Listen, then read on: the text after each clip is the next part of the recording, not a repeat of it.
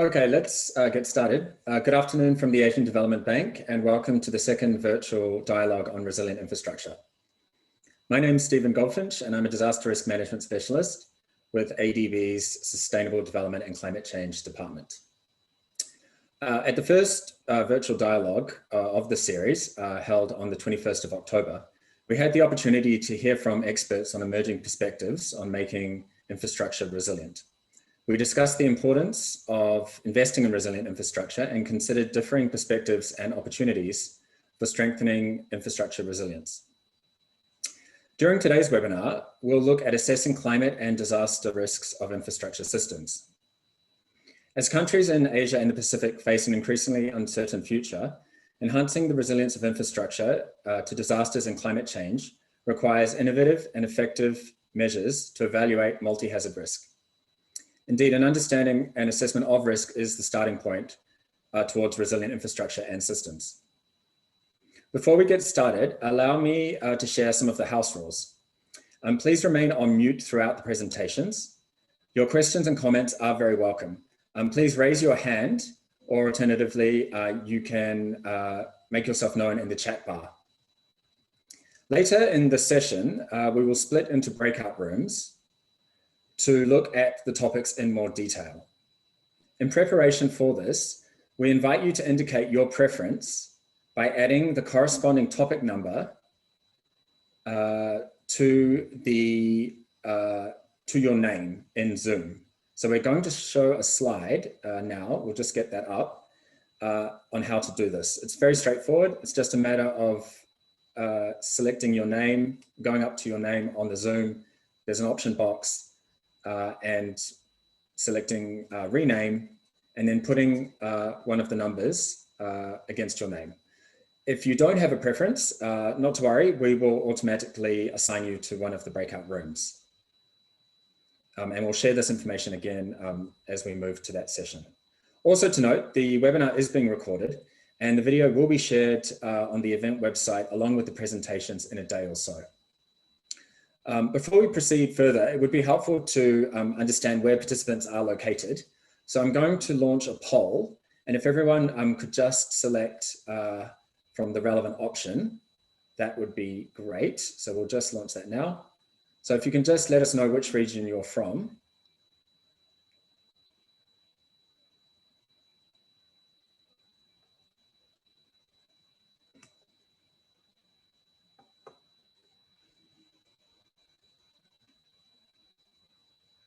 Okay, just a few more seconds.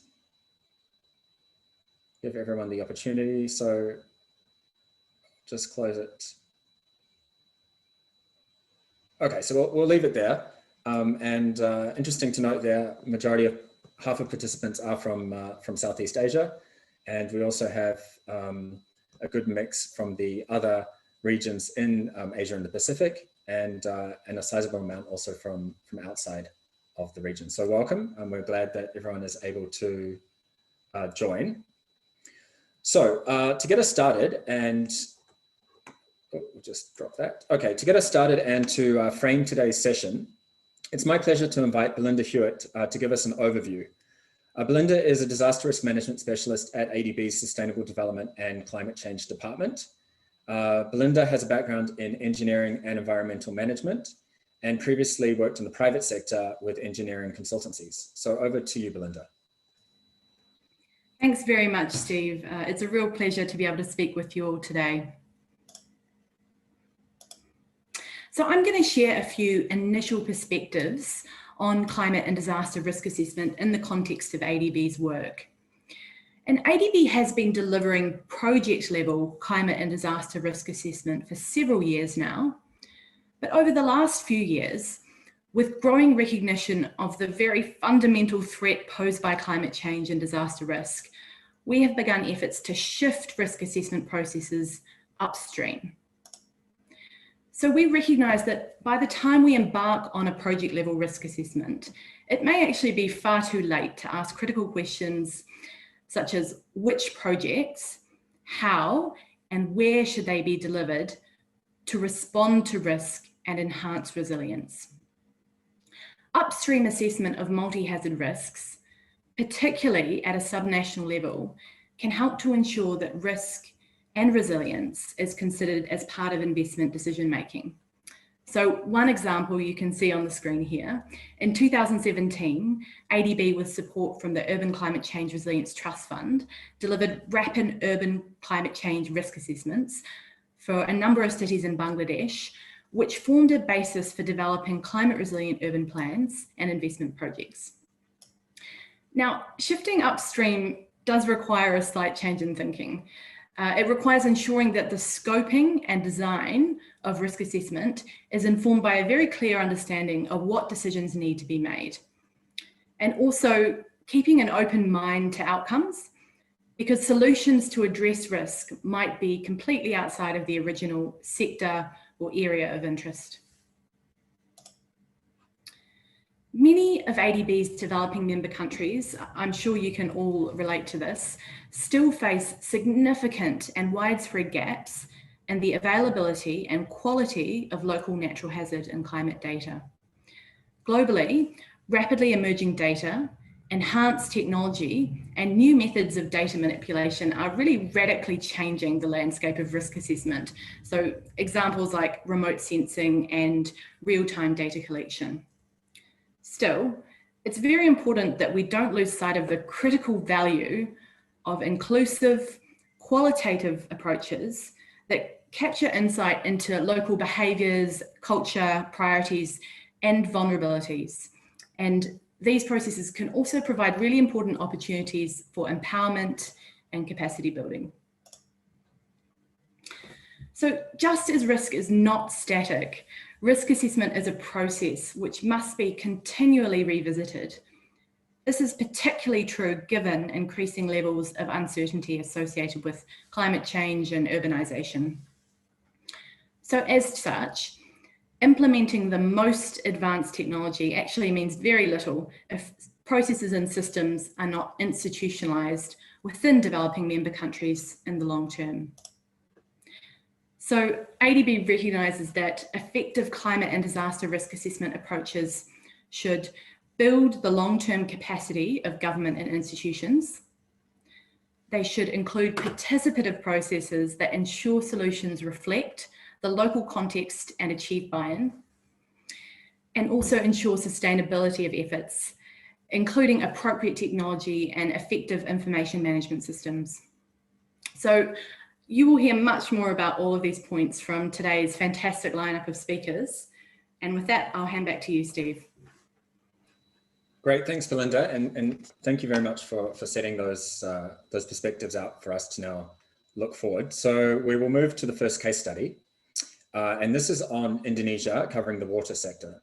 So to present the case study, allow me to introduce Dr. Peter Droggers from the Future Water Netherlands. Peter is an expert on integrated water resource management with an emphasis on climate change. His current activities include climate risk assessment for ADB and the World Bank, where he focuses on assessing climate risks and analysing potential adaptation strategies. Peter has over 20 years of experience and has worked in over 40 countries. So over to you, Peter. Okay, thank you very much, Steve, for your introduction. And good afternoon or good morning, wherever you are, to everybody. So what I would like to do in this short presentation is to give you some of the highlights of a project which was just completed and which was called Resilient Infrastructure for the Indonesian Water Sector. And we did this project, of course, together with some other partners, which are indicated here at the right. Next one, please. Next one, please. Yeah, thank you. Yeah, so when we started this project, it was really focusing on the critical infrastructure in the water sector. So we went over to the country and we discussed a little bit what's the major critical infrastructure. And soon we came over to the Jatikade Reservoir, which is located just east of Jakarta. And this reservoir was just finalized. And when we started the discussion, then people said, yeah, it's not only the water sector, it's not only the Jatikade Reservoir, but also the hydropower facility, which was just built downstream, is very important to take involved in the entire infrastructure. So during the project, we came to something which we call critical infrastructure complexes. And I think it was very important to realize that it was not only the water sector we should focus on, but also the other sectors.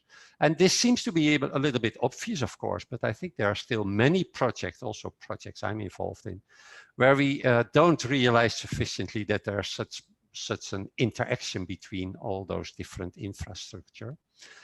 And together with project partners, we came up with those kind of linkages, and sometimes they seem to be a little bit complex.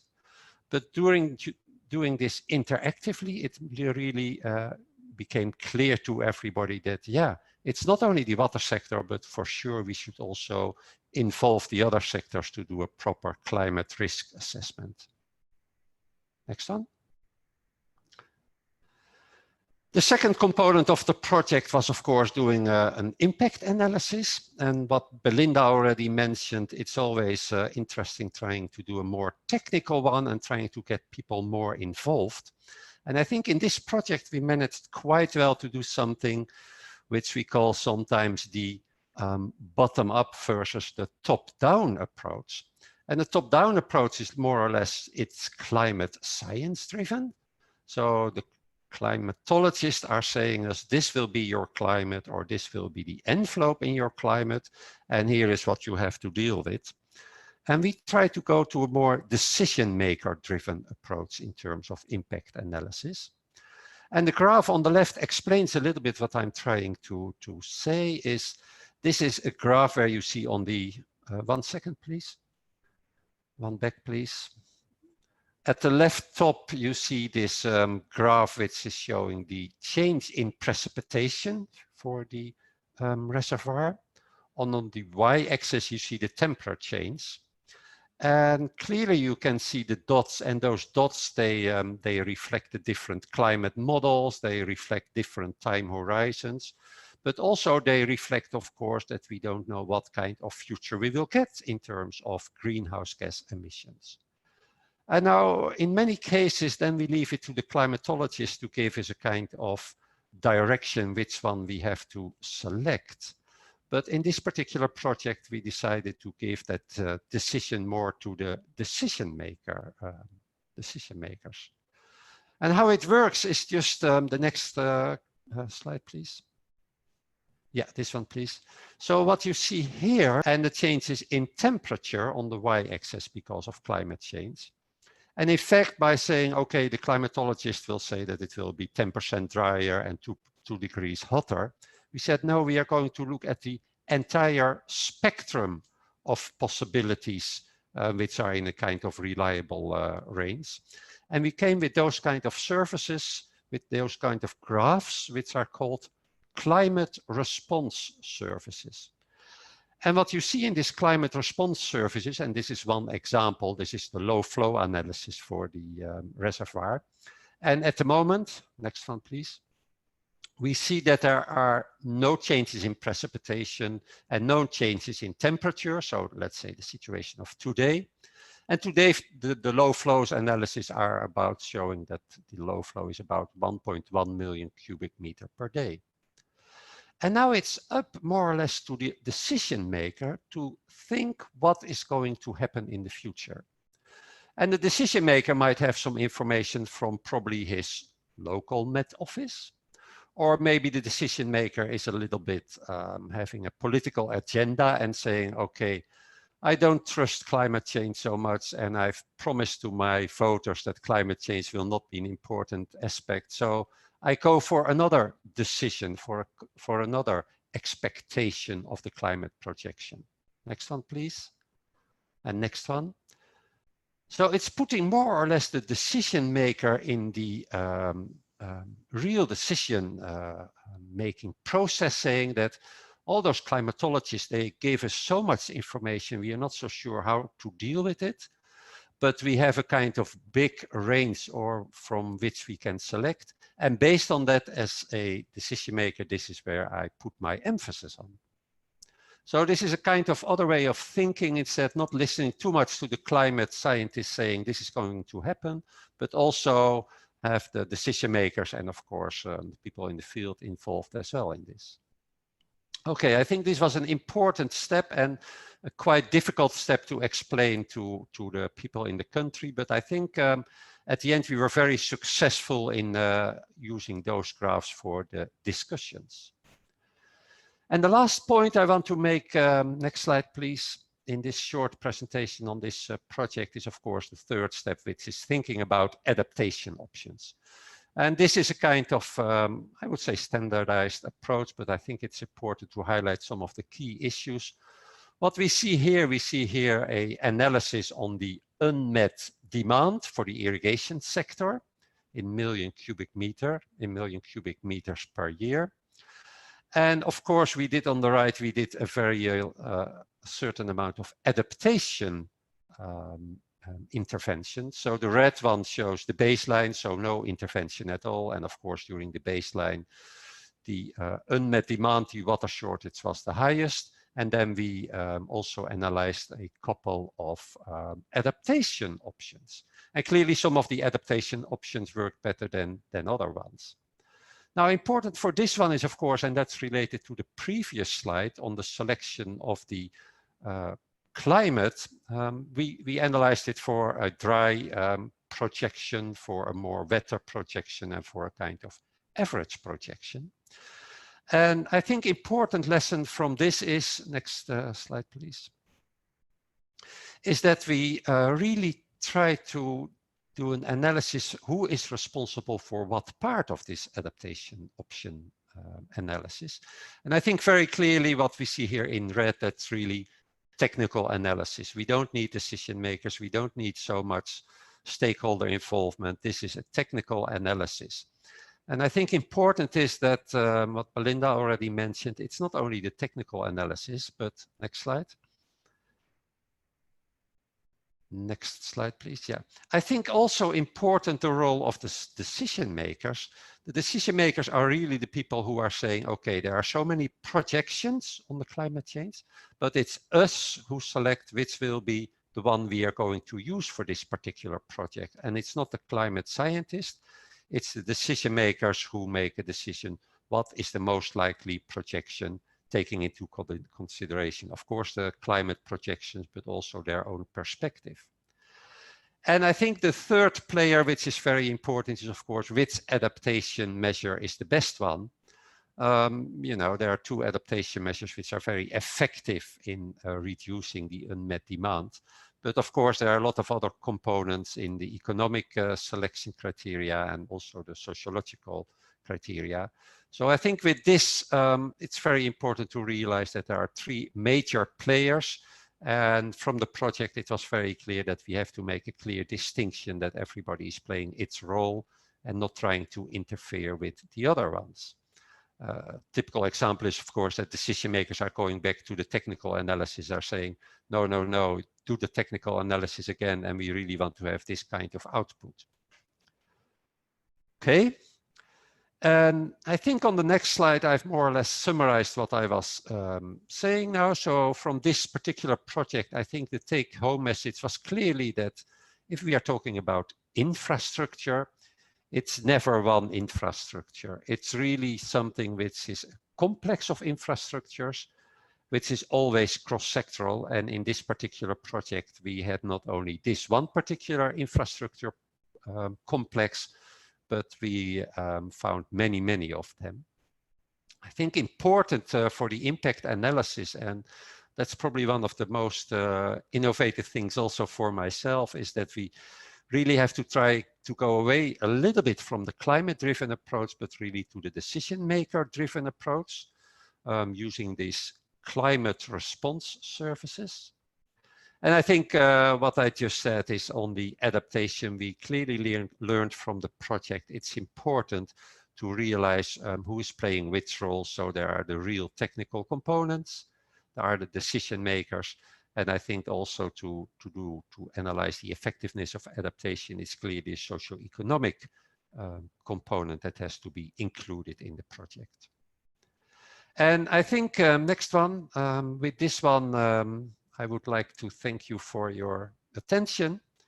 And I think, please, I will hand it over back to Steve, probably. So thank you very much. Thank you very much, Peter, for that and for getting us started with really a very interesting presentation. We welcome questions from the floor. To start with, though, I would like to invite Dr. Coral Fernandez Velasquez, a Principal Water Resource Specialist with ADB's Sustainable Development and Climate Change Department, to come online. There she is, and to reflect on Peter's presentation and perhaps maybe if she could share with us some of the key ways ADB can draw on the better climate and disaster risk information to promote resilient water sector projects, given the key messages that Peter raised there. So over to you, Coral. Thank you very much, Steve, and hello to everyone. I'm delighted to be here. I'm Coral Fernandez Velasquez, Principal Water Resources Specialist at the Water Sector Group in the Sustainable Development and Climate Change Department. I'm absolutely thrilled to be here for this very important series, which is resilient infrastructure. And I would like to thank Peter for a fascinating presentation on the Indonesia case and how complex infrastructure for the water sector can be adapted to climate change, and the important key players and the important processes that are involved in the different levels, and how we need to realize that our thinking in terms of how these decisions are being informed and taken when it comes to adaptation for infrastructure in the water sector. I think coming back to the question of how better climate and disaster risk information can promote resilient water sector projects at ADB in our developing member countries, I think that is a very, very important question, and one where indeed better climate and disaster risk information can enhance the resilience of our projects in different ways. On the one hand, obviously, if we have better risk information for disaster risk and climate change, we obviously can understand the impacts associated with climate change and the risk presented by disasters much better, which can only lead to better project designs. And if we do this, and we do this with the necessary upstreamness that is required, we hopefully will then come up with designs for projects with infrastructure that is evidently more resilient. So that in itself is a very important result. And at the same time, not only will the resilience of the infrastructure be enhanced, but also this better information in terms of climate change, potential climate change impacts and disaster risk will lead us also to consider other types of solutions in terms of the projects that we're financing. And then we can, move from considering perhaps more traditional solutions to other types of solutions like nature-based solutions, so community-based solutions were more participatory. So this also opens the door to a new range of approaches in terms of, resilient projects and resilient solutions for the water sector. So I think those are very important, avenues where the better information in terms of climate change and disaster risk can be fundamental to our projects in the water sector. On the other hand, having this better information on climate change adaptation impacts and disaster risk is also raising awareness with our clients and our counterparts in terms of the importance of approaching the conceptualization of the projects and, quite frankly, the whole adaptation of the sector in a different way. So, in a way, if we institutionalize the availability of this information and the assessments for climate change and disaster risk associated with that, we are promoting a more resilient environment, enabling environment for our projects, our water sector projects in our developing member countries. So this can only lead to more capacity in our counterparts in terms of dealing with climate change adaptation and disaster risk management. It can also lead to better governance when it comes to water sector resilience and water security. And not only are we, improving the capacity, but also this can help increase preparedness to, climate change impacts and disaster risk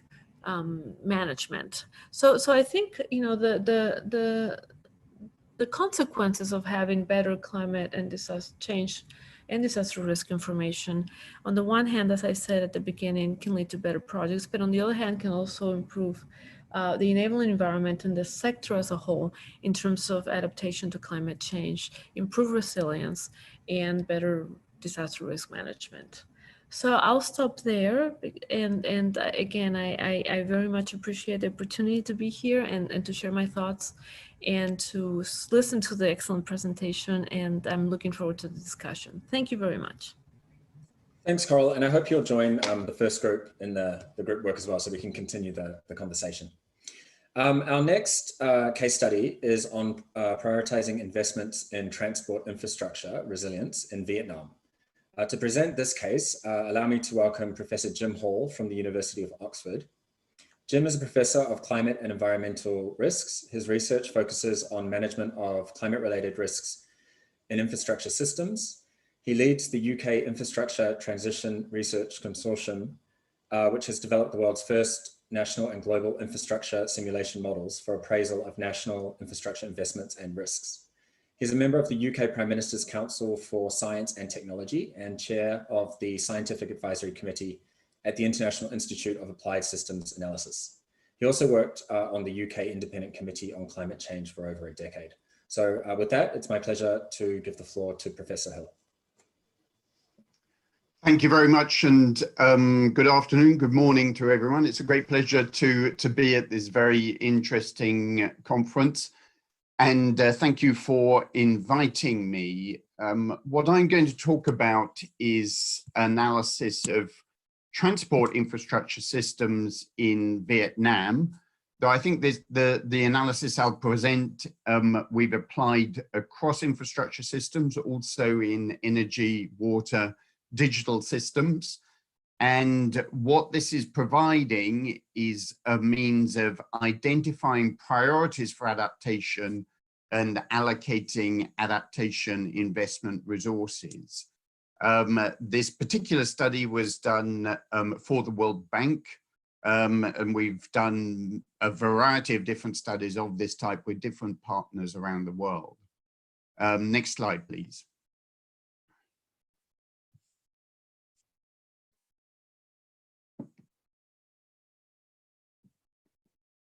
Next slide, please. Thank you very much. So this picture here, and I'll spend a little time on this because it, previous slide. The slide with the diagram on it, if you don't mind.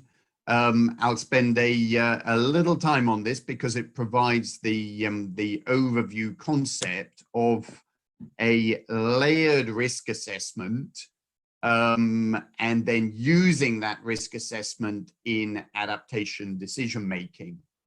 And so we start with hazard information on floods, landslides, droughts, hurricanes, typhoons.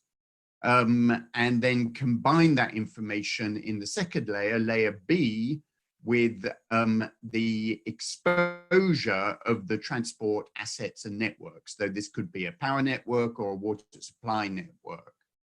And by looking at the vulnerability, the sensitivity of all of the assets in that network, we can say that should a given hazard materialize, which assets are likely to fail, or what is the full set of scenarios of possible asset failure which might occur during a disaster. But on level C, you can see that we're not considering just individual physical assets, we're considering systems and the services which are delivered by those systems to people and the economy. And that's why we have infrastructure, is to deliver services. And so in a given disruption scenario, we calculate how much are those services disrupted by, how much traffic rerouting might need to take place, is that actually possible? And if not, how much business interruption would there be? How many people are not able to connect to the cities or other places where they need to get services? In fact, in Vietnam, as I'll show in a moment, we looked in great detail at farm to market connectivity. Can farmers get their produce to market? Can it be transferred around the country? And then the final layer is having calculated in a very bottom-up way all of those possible economic losses and disruptions. We use macroeconomic modeling to identify 4 different sectors and for the whole economy, what might be the impact of a very large range of climate-related scenarios. Surprisingly enough, you then see that going on the benefit side of a cost-benefit calculation. And of course, what we're talking about here are losses, but the benefits of adaptation is the reduction in expected losses. So we do this analysis again with a strengthened piece of infrastructure, and then look at how much the expected losses would go down by, and that forms the basis for our cost-benefit decision and prioritization of infrastructure investment options. Next slide, please. So on the next slide, when it comes up, I'll just give some impression of how this has been applied in Viet Nam, where you'll be very familiar that you have a whole series of natural hazard related risks. In this study, we in particular looked at flooding. And as you'll see in the panel in the middle, using high resolution agricultural data, and this was in fact with our partners in IFPRI, helped us with this to identify the routes of agricultural produce through the entire transport network, to identify what the potential disruption to the agricultural sector would be from floods in every possible link in the entire country, which is the panel in the right. And this is the beauty of this type of analysis, is that with today's data sets, we can do this type of analysis everywhere. And in fact, my team is in the process, and we've done several global analyses using hundreds of millions of kilometers of OpenStreetMap data. And that clearly is the next step here, is to develop the global platform for doing this type of analysis. At this point, we're looking at Vietnam on the right-hand panel. And here, just look at the caption. This is the maximum economic loss per day from landslides, flooding, and storm surge failures. So here we've been able to pinpoint which infrastructure assets in the entire network of Vietnam have the potential to add the greatest economic loss per day from these 3 different natural hazards. Next slide, please. And you can understand that that information provides the understanding of the criticality, but in order to make a prioritization decision, one doesn't just need to know how big the risk is, and one needs to know what are the options for responding to that risk and how much might those options cost. So these were the types of options that we looked at. They'll be quite familiar to you if you work on road networks. The interesting thing here is that there are some nature-based solutions in here as well, for slope stabilization, for drainage, as well as conventional engineering solutions for strengthening those road infrastructure assets. Next slide, please. And by looking at the costs of those assets at every point in the network, we're able to come up with this prioritization. Both, if we first look at the left-hand panel, what we're looking at in each of these diagrams is benefit cost ratios. So the thicker the lines, the higher the benefit cost ratios, so the greater reduction in risk you can get for a given investment, the greater bang for your buck. It's interesting that where the benefit cost ratios are greatest is not necessarily where the risk is greatest. And that is because adaptation of some systems is so expensive So if you're looking at prioritizing, this is where you should start. We then look forwards into 2 different climate change scenarios in the 2030s. And then the right-hand panel ranks every possible investment in the entire country in order of benefit cost ratio. I'm sorry, the axis is a little bit small here, but that is benefit cost ratio. The red line indicates a benefit cost ratio of 1. And so it's only economic to do those ones on the right-hand side. Some of the benefit cost ratios are very high. They're all quite uncertain. That's why there's a vertical line there, why there's a spread at any given point. And what this shows is that actually one has to be very careful when making adaptation investment decisions, that there are really cost beneficial adaptation investment decisions to make. But in many cases, adaptation is expensive and it's going to be difficult to afford. So if you have a limited budget, you need to focus it in those places which have the potential to yield most benefit. Okay, next slide, please.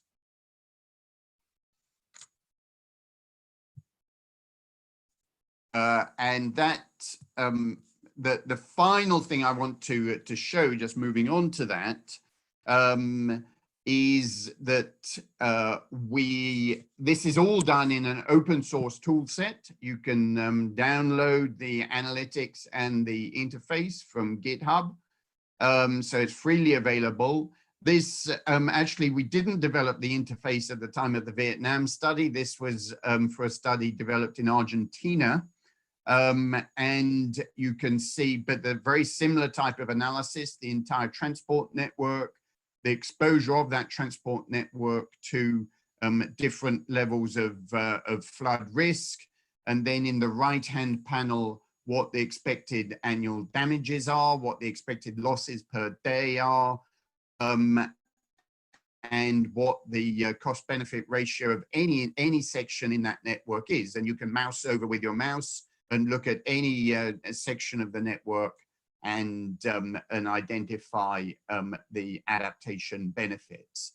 And we've done training and capacity building around that. And this is very much a journey in that, as I say, this capacity is being built for the whole world, and it's being built for all transport networks, energy networks, and in due course, water networks, in order to empower decision makers to understand the climate-related risks from their systems and prioritize investment. And with that, I'll finish. Thanks for that, Jim. And I don't see a burning question coming up, so we'll move on and pick this up in the working group session. So with that, let me move then to our third case study, and it's on the Tonga Tapu Subnational Multi-Hazard Disaster Risk Assessment. To present the case study, it's my pleasure to introduce Alexandra Golprin, Senior Disaster Risk Management Specialist with ADB's Pacific Department. Alexandra has over 25 years of experience in disaster risk management. Before joining ADB earlier this year, she had worked for the Red Cross, the United Nations, and as a consultant for technical, donor, humanitarian, and development organizations. So I'll hand over to Alexandra.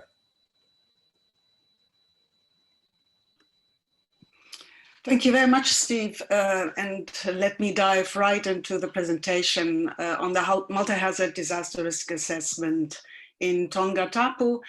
Just to say, we are in the middle, or one could say still very much at the beginning of this assessment. So we just finished the inception phase in September this year. First slide, please.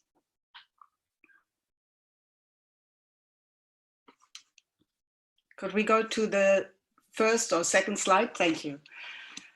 Just a few facts on the background of this assessment. So you're looking here at Tonga Tapu, which is the main island of the Kingdom of Tonga. The multi-hazard disaster risk assessment is plugged into a Government of Tonga ADB Urban Integrated Resilience Sector project that addresses flood risk management, infrastructure and water supply services, as well as public health. The disaster risk assessment will specifically inform a climate and disaster resilient urban development strategy and investment plan. Tonga is a Tonga is a high-risk country, often figures in the top 3 of global risk indices, that is highly exposed to coastal and rain-fed flooding, both of which are expected to increase in severity with climate change. Sea level rise is a particular concern, as it is in the entire Pacific. There's roughly 75,000 people living on Tonga Tapu. That's about 75% of the population of Tonga. 35,000 live in the capital of Nuku'alofa, and 80% of the island's population and infrastructure are in low-lying areas. As I said, the disaster risk assessment started in mid-June 2020, and we expect to have the final results and report by the end of March 2021. The assessment is conducted by Arup. Next slide, please.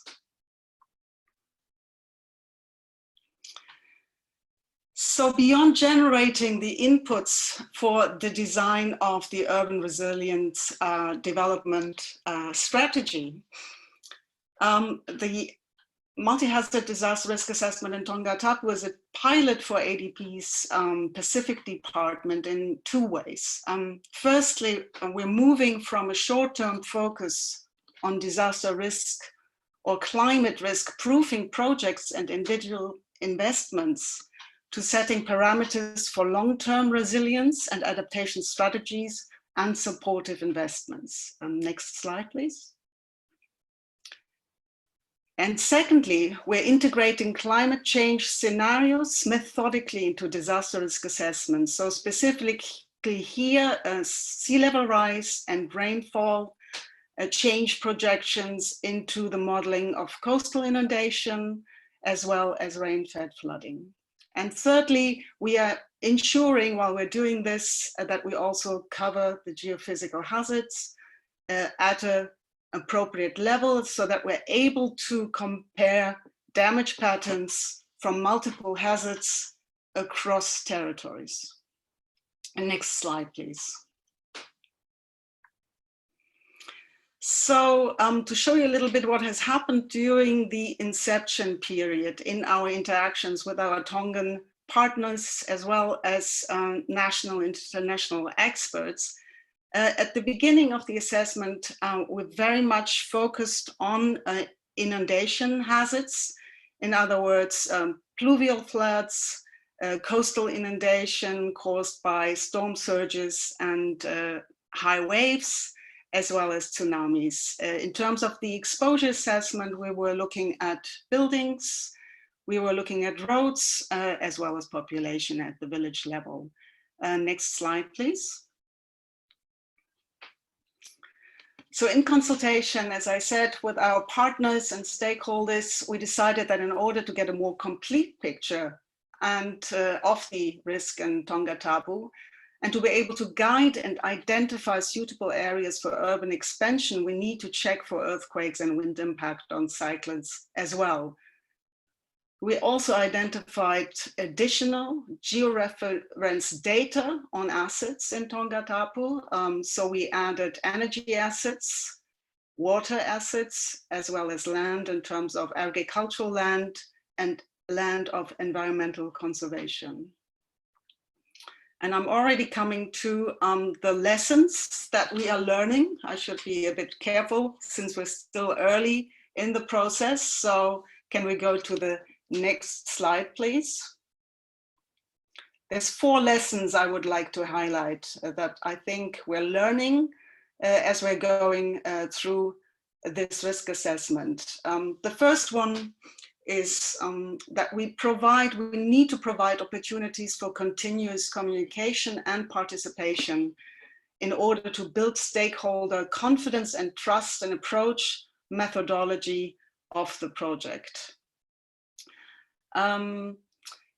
I think it's very important in this context to be transparent about data quality, as well as about the uncertainties associated with methodologies and outputs.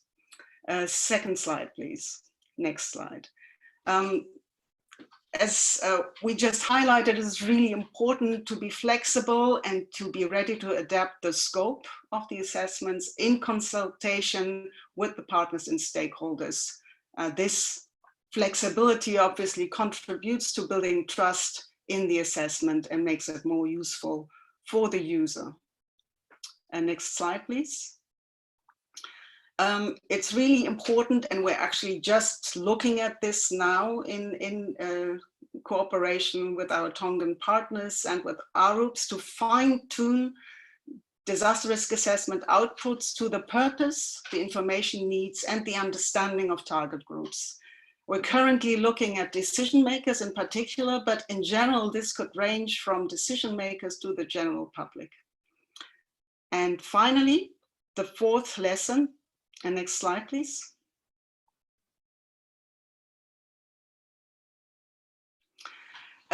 Build on and strengthen government ownership and partnership. For instance, use and feed into supportive policy space for resilient development planning, involve technical and decision-making levels, facilitate buy-in and consensus across sectors about assessment approach, methodology, and outcomes. This concludes my presentation. Thank you very much for your attention.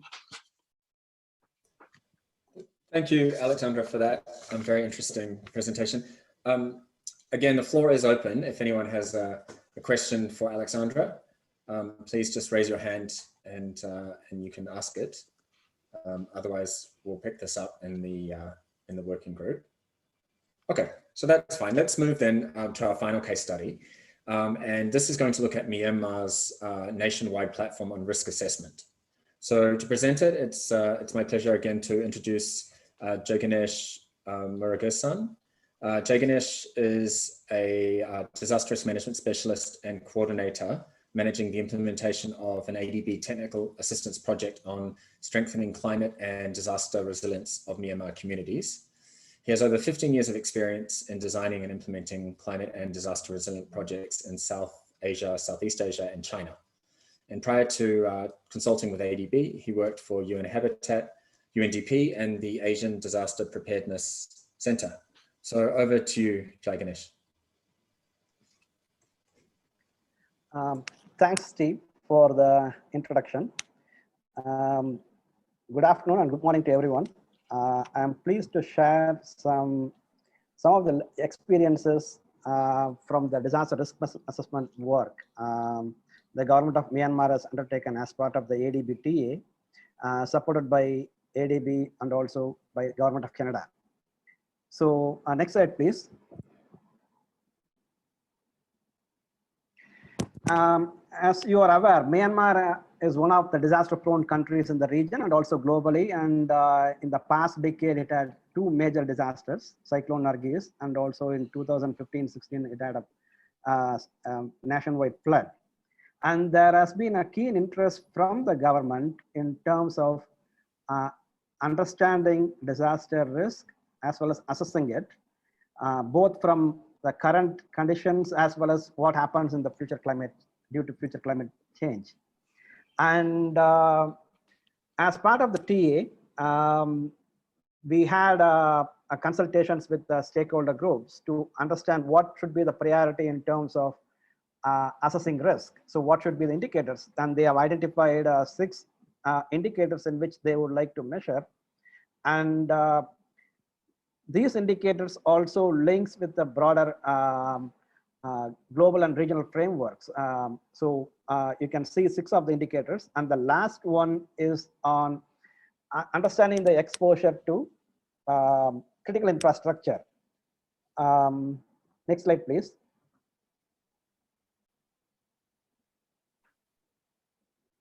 Sure, next slide. So the assessment has been undertaken at 2 levels, national level and also a much more detailed one for Irrawaddy region, which has a different topographic and climatic situation.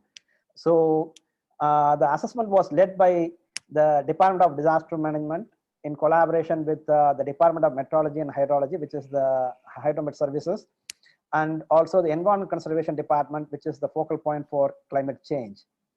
The Deltares, along with partners, undertook the assessment. And in terms of assessment, we focused on 3 hazards. One is the riverine flood along the major rivers, and then also cyclone winds and associated storm surge. And from the exposure point of view, we were looking at people, assets, and infrastructure. And in order to do the modeling and in line with the indicators, we focused on the vulnerability functions or damage functions related to housing, crops, livestock, and aquaculture. So the risk modeling looks into generating information for 5, 10, 50, 20, 50, and 100-year return period, but also looking into the future, what happens due to climate change for 2 time slices, 2040 and 2080, and within that also for a low emission and high emission scenario. And the model results are made available on an online platform, which is accessible to public. And I can just quickly explore the snapshot. Next slide, please. So it's made available on a platform called Myanmar Unified Platform for Disaster Risk Application. The government had a foresight of having this platform, which will be for a multi-hazard. So initially we are starting with 3 hazards, and it is hosted on a platform of the government on e-government. It's similar to a geospatial infrastructure, One Map Myanmar. And it has flexibility for looking at different levels of information, risk information. And it also has more than 60 data sets on critical infrastructure. And the platform is also on bilingual, so people can access both on English and Myanmar. And it also has the flexibility to include other hazards. Next slide, please.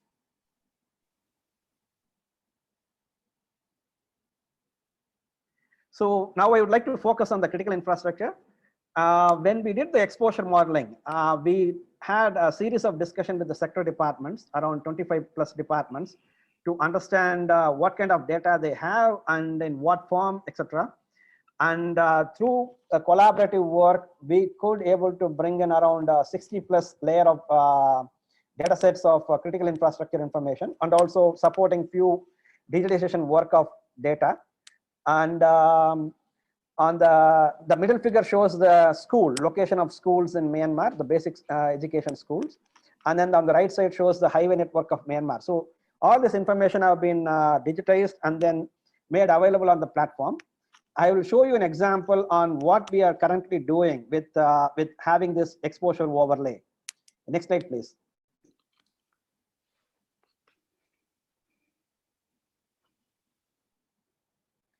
So the platform provides a flexibility to overlay information according to the user need. So in that way, the user can generate his own information. So in this case, I can show you 2 scenarios. One is on overlaying with the Cyclone Shelter, which we also supported to map in Irrawaddy Delta, around 400 shelters, including their attributes, along with rural roads and storm surge. So if you see on the left side for a 1 in 20-year return period, you can see many of the shelters are in storm surge prone area. And on the other hand, on the right side, you can see what happens in a scenario of 1 in 100-year return period. So this helps the user to visualize the accessibility of the shelter broadly from the platform. And this can be also done for other infrastructure such as highways, schools, fire service, etc. So at the strategic level, the departments can understand their exposure of their assets and infrastructure to various return period depending on their requirements. Yeah, and it can also help them to plan for new infrastructure design. So this is something broadly at the portal level, a user can visualize and generate information. All this information are accessible to public, and they can generate their own maps. And based on the discussion, we also had a further demand to look into more in detail on the critical infrastructure part. And I would like to also go a little bit deeper into the cyclone shelters. Next slide, please.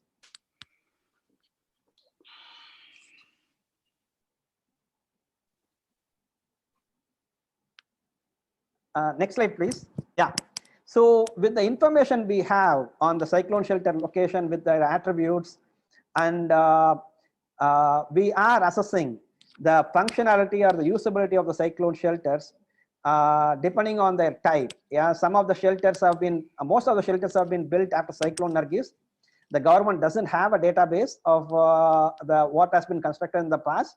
So through the survey, we were able to map the 400 plus shelters.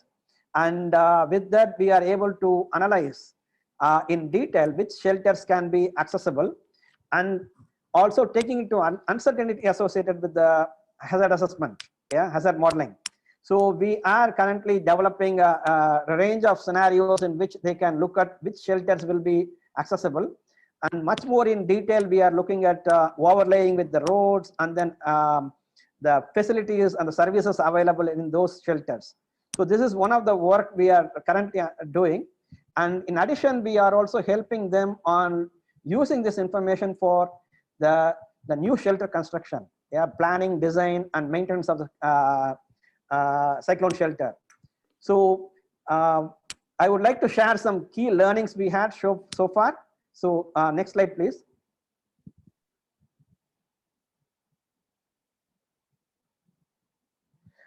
In the case of Myanmar, as it's one of the developing country in the region, data is one of the major challenge. Yeah, it's starting from the hazard information to exposure data. Not all the data are available in a form you would like to use it in the modeling, including digital.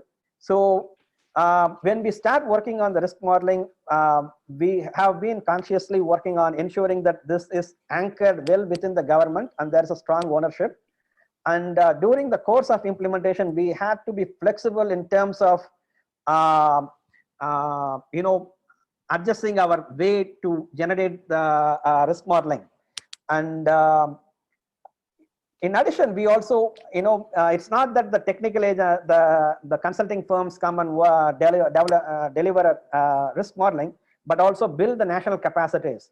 So there have been series of working sessions with the technical departments to help them understand the modeling, and also involving the professional societies and the academia especially on vulnerability functions, because they are the one who undertake research.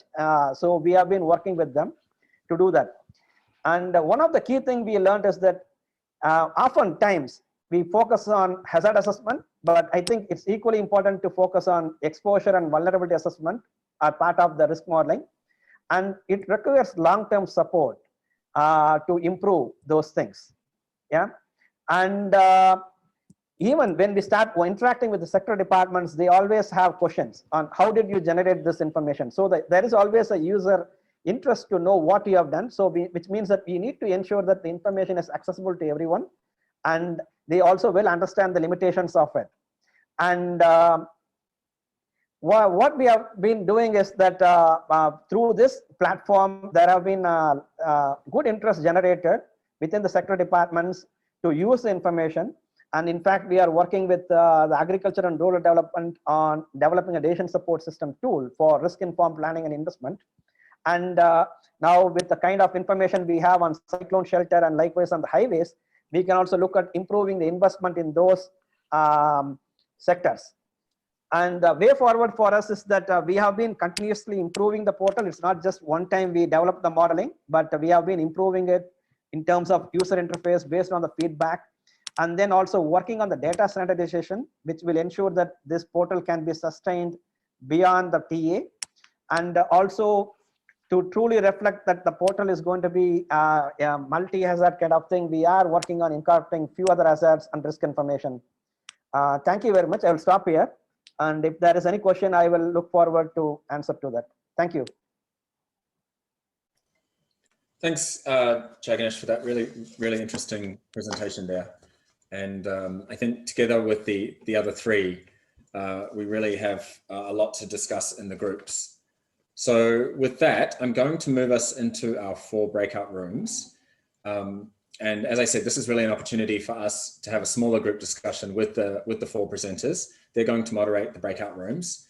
And it's an opportunity for us to share and discuss some of the ideas that were presented and perhaps ask some leading questions, I think, around some of this work. So we have the four groups, and this is your opportunity, if you have a strong preference, just to identify by changing your name, renaming yourself and adding one of the numbers. And with that, in terms of the breakout rooms, if you can turn on your camera, as I said, it'll be a small group, and leave it on mute when you're not speaking, just to support the flow. And then we'll come back here in 15 to 20 minutes and share some of the key takeaways in plenary. So I believe Sugar will start sending.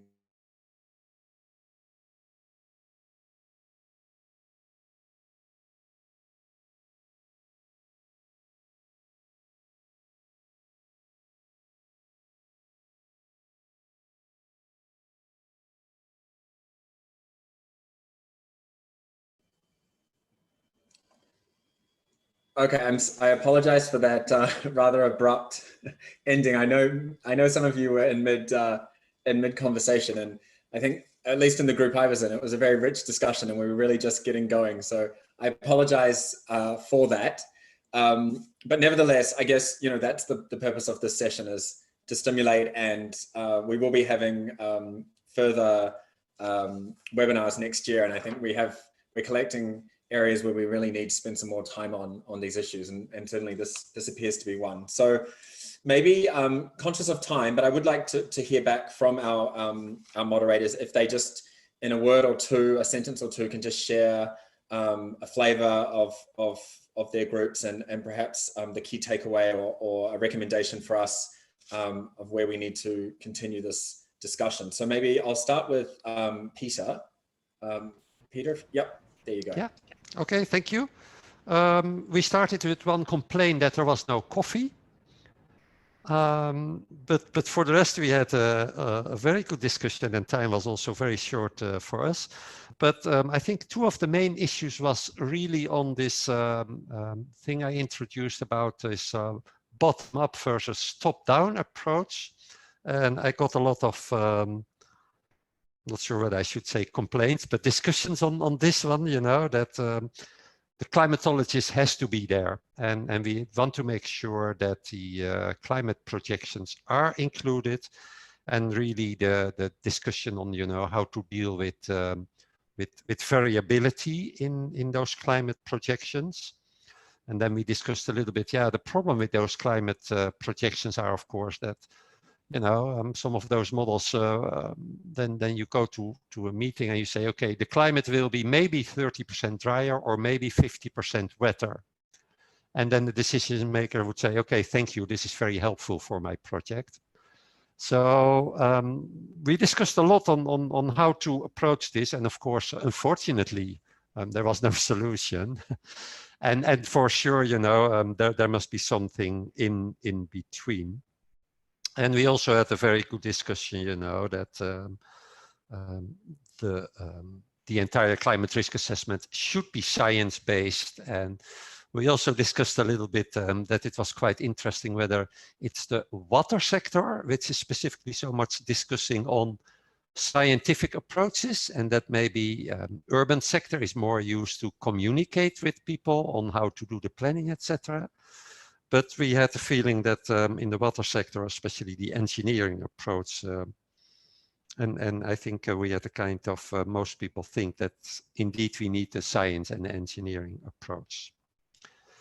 So uncertainty and how to deal with variability is still the key issue. That's, I think, the main issue which came out of our discussion group. I don't know whether I missed something. Yeah. That may have been a common one actually, but let me not preempt and pass over to Jim Hill, excuse me. Yeah, thanks. And I mean, as I say to my students in Oxford, if it wasn't for two things, decision making would be easy. And the two fundamental difficulties are valuation problems. So how do we compare and align incommensurate values, and uncertainty problems? And we talked about both of those, and we inched towards some solutions as well. So on the valuation problem, the question is, well, how do we bring in the multiple values which we associate with infrastructure services? Infrastructure doesn't just serve economic purposes, it serves social and indeed environmental purposes. And the question there is, well, do we try to condense those in terms of a monetization, or do we adopt multi-attribute, multi-criteria type approaches?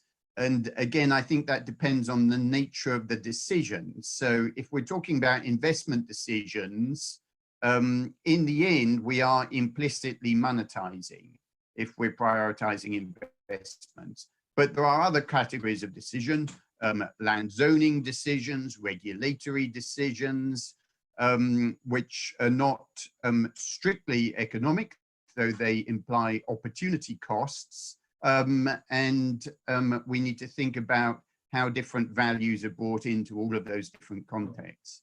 Then on the uncertainty front, we talked about data, and the types of methods we're working with are potentially data hungry, though I think one can go a long way with an increasing amount of widely available open source data sets.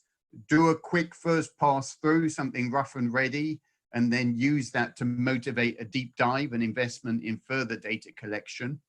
And the other uncertainty issue is, of course, to do with the future.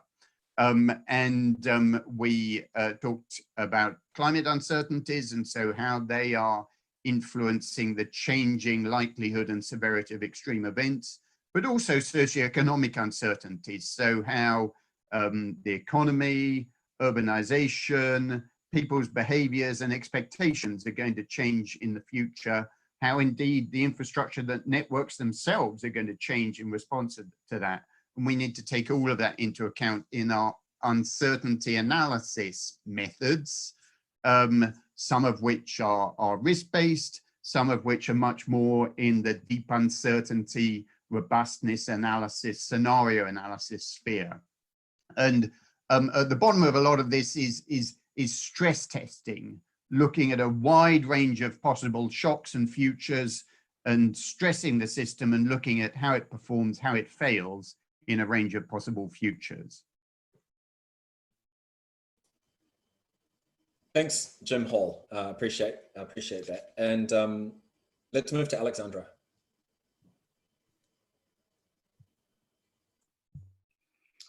Yes, we had a lively discussion in our group. So there was a lot of interest in the way that we had set up the assessment and how we engaged with the Tongan partners and stakeholders. And I explained a little bit how this has been structured so far, that there's quite a long history actually of engaging with the CEOs, especially of some of the key line ministries that we're working with. So this has been prepared really well before the start of the assessment. It's also linking up with some of the policy and planning processes in the country, with urban development planning in Nuku'alofa, which is expanding at quite a significant rate. Took them a little bit through the way that this inception process has tried to further strengthen engagement also at the technical level, because it's important to be talking to both, also to the people who are eventually implementing some of the recommendations or decisions that will be taken in the future. There was also quite a bit of interest, and there was a question whether this would work, this kind of model, if you can call it that, because we're still, as I was emphasizing, we are looking at this very much as a pilot, but would this work in other countries? And we discussed the size of Tonga Tapu. It's 257 square kilometers. So we're, of course, able to look at a level of detail in terms of the assets, in terms of also looking at population, looking at social vulnerability, that would be really difficult at a nationwide level in bigger countries. That was another question that came up. And then we looked at data from Tonga, and interest to what degree, what was the ratio between local level data and regional and global data. So we looked at that a bit in more detail. And, you know, at this development, basically, at least in Tonga, this is quite strong, that we have a lot of geodatabases on the assets from the island. 10 years ago, you wouldn't have had anything like that for sure. So this is facilitating the work tremendously. And this data has been shared with us. And we're obviously looking at other data, complementary data as well. We're looking at LiDAR data. We're looking at OpenStreetMaps, Google Street View, etc. And in terms of the hazard data, a lot of the hazard data is coming from more the global sources and catalogs and surveys. So, but that I think concludes a little bit the description of the type of discussions we've had. Thanks, Alexandra. And yeah, again, some common themes there. So let's move to Jaganesh. Okay, thanks, Steve. Indeed, our group had some very interesting conversation, which is more on practical side, on how these kind of platforms can be useful and actually being used. We had some experiences from Indonesia where there are some challenges while they have a similar platform, and what measures we have taken in Myanmar to, basically deal with those things. One is on the ownership, and second is on the applications part, etc. So, of course, it's a process. That's what we were also saying. In fact, the risk modeling is start of the entire work in terms of risk-informed planning.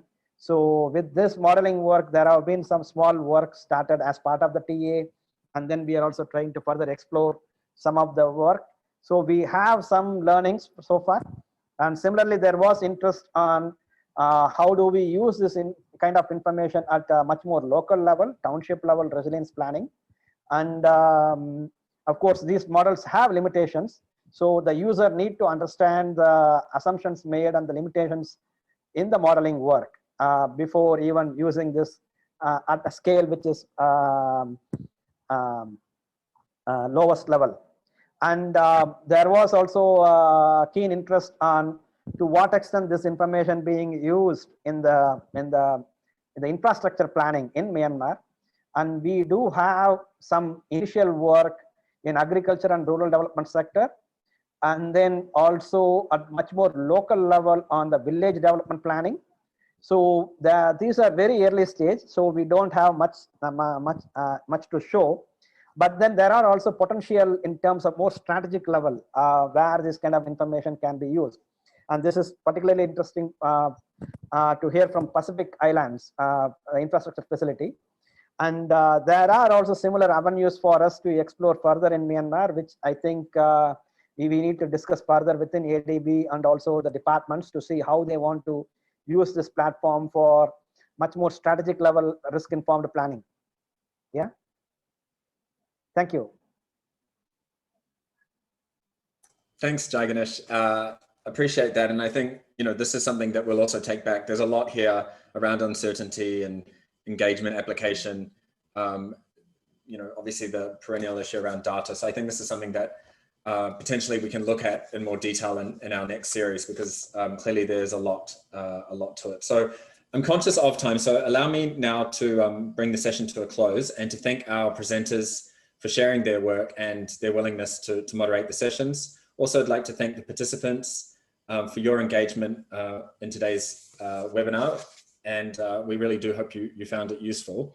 We'll convene a third webinar under this series on measures for strengthening resilience of infrastructure. That's going to be held on the 9th of December at the same time. And the aim of that webinar will be to showcase solutions for enhancing climate and disaster resilience in 4 key areas. So we're going to look at infrastructure design standards, nature-based solutions, insurance, and early warning systems. And this webinar will also be an interactive one. So we hope you can join it. Further details will be on the website, and you just need to register there as well. So as I noted, all of today's presentations, including a recording of the main session, will be posted on the website shortly. And with that, thank you very much.